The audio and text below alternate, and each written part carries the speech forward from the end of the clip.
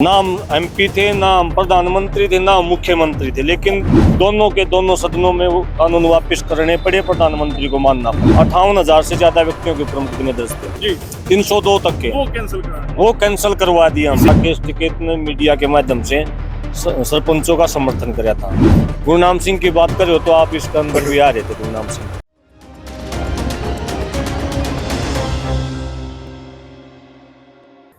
दो चीज काम कर रहे हैं, एक जो सत्ता के लिए बैठे हैं, जो विपक्ष जो दोबारा खाली होंगी वहाँ बैठने की कोशिश कर रहे हैं जी। लोकतंत्र के अंदर जो सबसे जरूरी चीज है पब्लिक प्रेशर।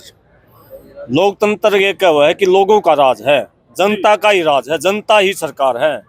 और हम ये चाहते हैं कि लोगों को इस प्रकार से जागरूक करें क्यों जनता को जनता के अधिकारों का पता चल जाए।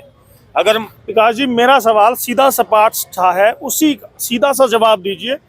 क्या भीड़ इकट्ठे करने वाले ही बने रहना चाहेंगे या फिर सत्ता की उस कुर्सी पर बैठना चाहेंगे ताकि आपकी कलम में वो ताकत हो कि इनके अधिकारों की लड़ाई आप लड़ सके, इनके विकास की लड़ाई लड़ सके? सिर्फ सीधा सा जवाब। मेरा सीधा जवाब ये है कि हम किसी भी सूरत में चुनाव लड़की जी, हम कुर्सी बैठना हमारा ना कोई मकसद है, ना आने वाले समय में आंदोलन ही करते रहेंगे, ऐसे ही लाठियां खाते रहेंगे। देखो ये तो एक हिस्सा है, ये जागरण का एक ऑनगोइंग प्रोसेस है। इसमें बहुत सारे पहले भी आजादी की लड़ाई में भी बहुत सारे ऐसे लीडर रहे। विकास जी, फिर आप सिस्टम में जाके सिस्टम को बदलने की कोशिश क्यों नहीं करते? क्या डर है? क्या जो किसान नेताओं ने चुनाव लड़े थे वो काला इतिहास, वो बुरा इतिहास आपको याद आ रहा है? क्या दोबारा से लगता है कि शायद वो एक्सेप्ट ना करें? किसान की छवि अलग बन चुकी है, नेता की अलग बन चुकी है। बिल्कुल बिल्कुल, लेकिन मैं आपको एक बात बताना चाहता हूँ, क्या नेता बनना जरूरी नहीं है। ये भी एक गलत तरीके से लोगों को ये परोसा जा हुआ है कि आप संसद में बैठो। भाई साहब, आप कितना सहमत है सीसर साहब से? कितना सहमत है? क्या आप मांगने वाले ही बनने रहना चाहते हैं, भीड़ का हिस्सा ही बना रहना चाहते हैं, या फिर वहां बैठ के अपनी कलम की ताकत से जो गलत नीतियां हैं उनको बदलना चाहेंगे? आप जरूर बताइएगा, क्योंकि मैं विकास सीसर से सहमत नहीं हूं कि आपको राजनीति में उतरकर ही बदलाव करना होगा।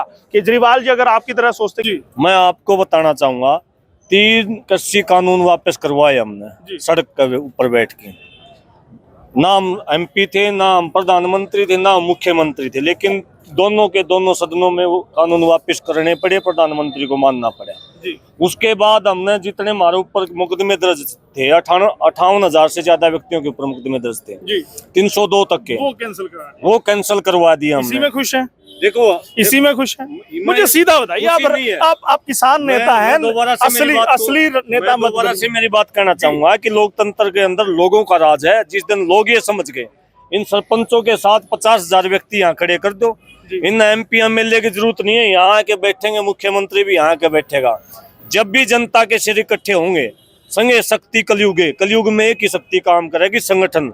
वो संगठन चाहे पार्टी का रूप में हो, चाहे वो संगठन सरपंचों के रूप में। लोगों का जुड़ना बाकी है, इसलिए विकास राजनीति में नहीं उतर। अभी लोगों का जुड़ना बाकी है। हमारी आने वाली पीढ़ी, आपकी बात का मैं जवाब देना चाहूंगा, हमारी आने वाली पीढ़ी अभी ये माहौल नहीं है। अगर अभी कोई नेता, अगर कोई सामाजिक आदमी राजनीति में उतरेगा तो इन्होंने फांसी के फंदे बना रखे सारे पार्टियों ने, उसके अंदर जो फंस गया वो ना जिंदा ना मरदा। इसलिए विकास बचना चाहते हैं फांसी के फंदे से। ये चाहता है कि हमारे जो 6-6 साल के बच्चे हैं, हम उनके लिए एक ऐसा माहौल तैयार करके जाएंगे कि वो बच्चे हम राजनीति करेंगे। एक बड़ी अच्छी बात कही कि वो पौध जो आज ये लगा रहे हैं वो कल को देश का भविष्य बने। लेकिन सीधे तौर पर विकास भाई, आप राजनीति में नहीं आएंगे, यही कहना है? बिल्कुल स्पष्ट है, राजनीति में नहीं आएंगे। चलिएगा। उम्मीद करूंगा कि इस धरने पर विकास सीसर जैसे पहुंचे हैं और भी चेहरे और भी नाम यहाँ पर आए। और अभी आप बने रहिएगा, क्योंकि सरकार का अल्टीमेटम, पुलिस का अल्टीमेटम अभी सरपंचों को है। 2 घंटे के बाद यहाँ पर क्या होगा वो भी आपको दिखाऊंगा। लेकिन हमारे गुप्त सूत्रों के हवाले से खबर निकल कर आई है कि पुलिस वहां पर अपनी कार्रवाई कर रही है, वो रिहर्सल कर रही है। जैसे जैसे अंधेरा होगा, जैसे जैसे सूरज ओझल होगा, उसके बाद क्या करने वाली है वो आपको हरियाणा आज दिखाएगा। क्योंकि लगातार हरियाणा आज पर आप लगातार सरपंचों की ये महासंग्राम, सरपंचों की ये लड़ाई आप देख रहे हैं। लगातार बने रहिए दीपक के साथ, मैं यशपाल कंचन। क्यों विकास सीसर के अलावा बड़े जो नेता है, किसान नेता है, वो दिखाई नहीं देते? गुरनाम चढ़ूनी जो दहाड़े मारते थे वो नहीं दिखाई दिए।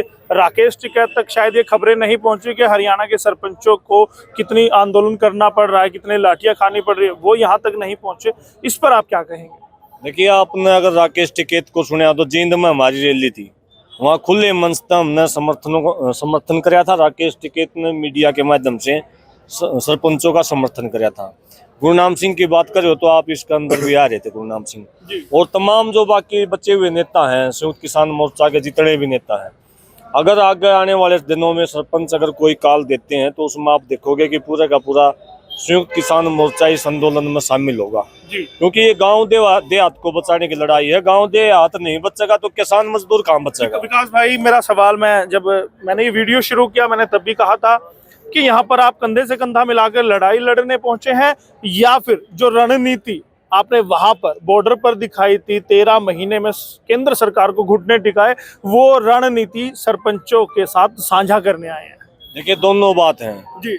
हमारा अनुभव है वो साझा भी करांगे, क्योंकि हमने आंदोलन लंबे समय से लड़ते आ रहे हैं। इन भाइयों का अलग नया काम है, लेकिन एक बात स्पष्ट है कि नेतृत्व सरपंच करेंगे, हम इनका साथ देवांगे।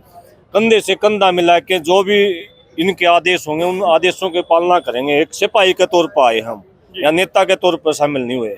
और जितने हमारे साथी हैं उन सबसे भी अनुरोध है, भाई जो भी साथी गाँव के अंदर रह रहा है, ये केवल सरपंचों की लड़ाई नहीं है। सरकार जो है गलत तरीके से सरपंचों को बदनाम करने का प्रयास कर रही है।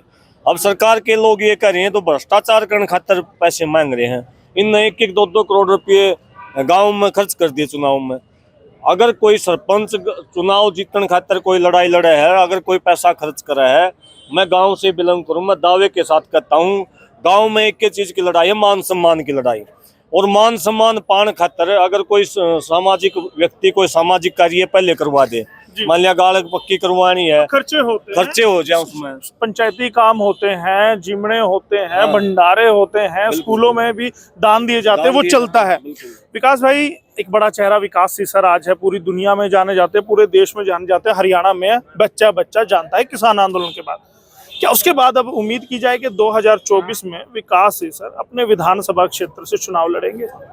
देखिए, हम तो इस विचारधारा के आदमी हैं कि इस देश में पक्ष और विपक्ष दो चीज काम कर रहे हैं। एक जो सत्ता के लिए बैठे हैं और जो विपक्ष जो दोबारा खाली हो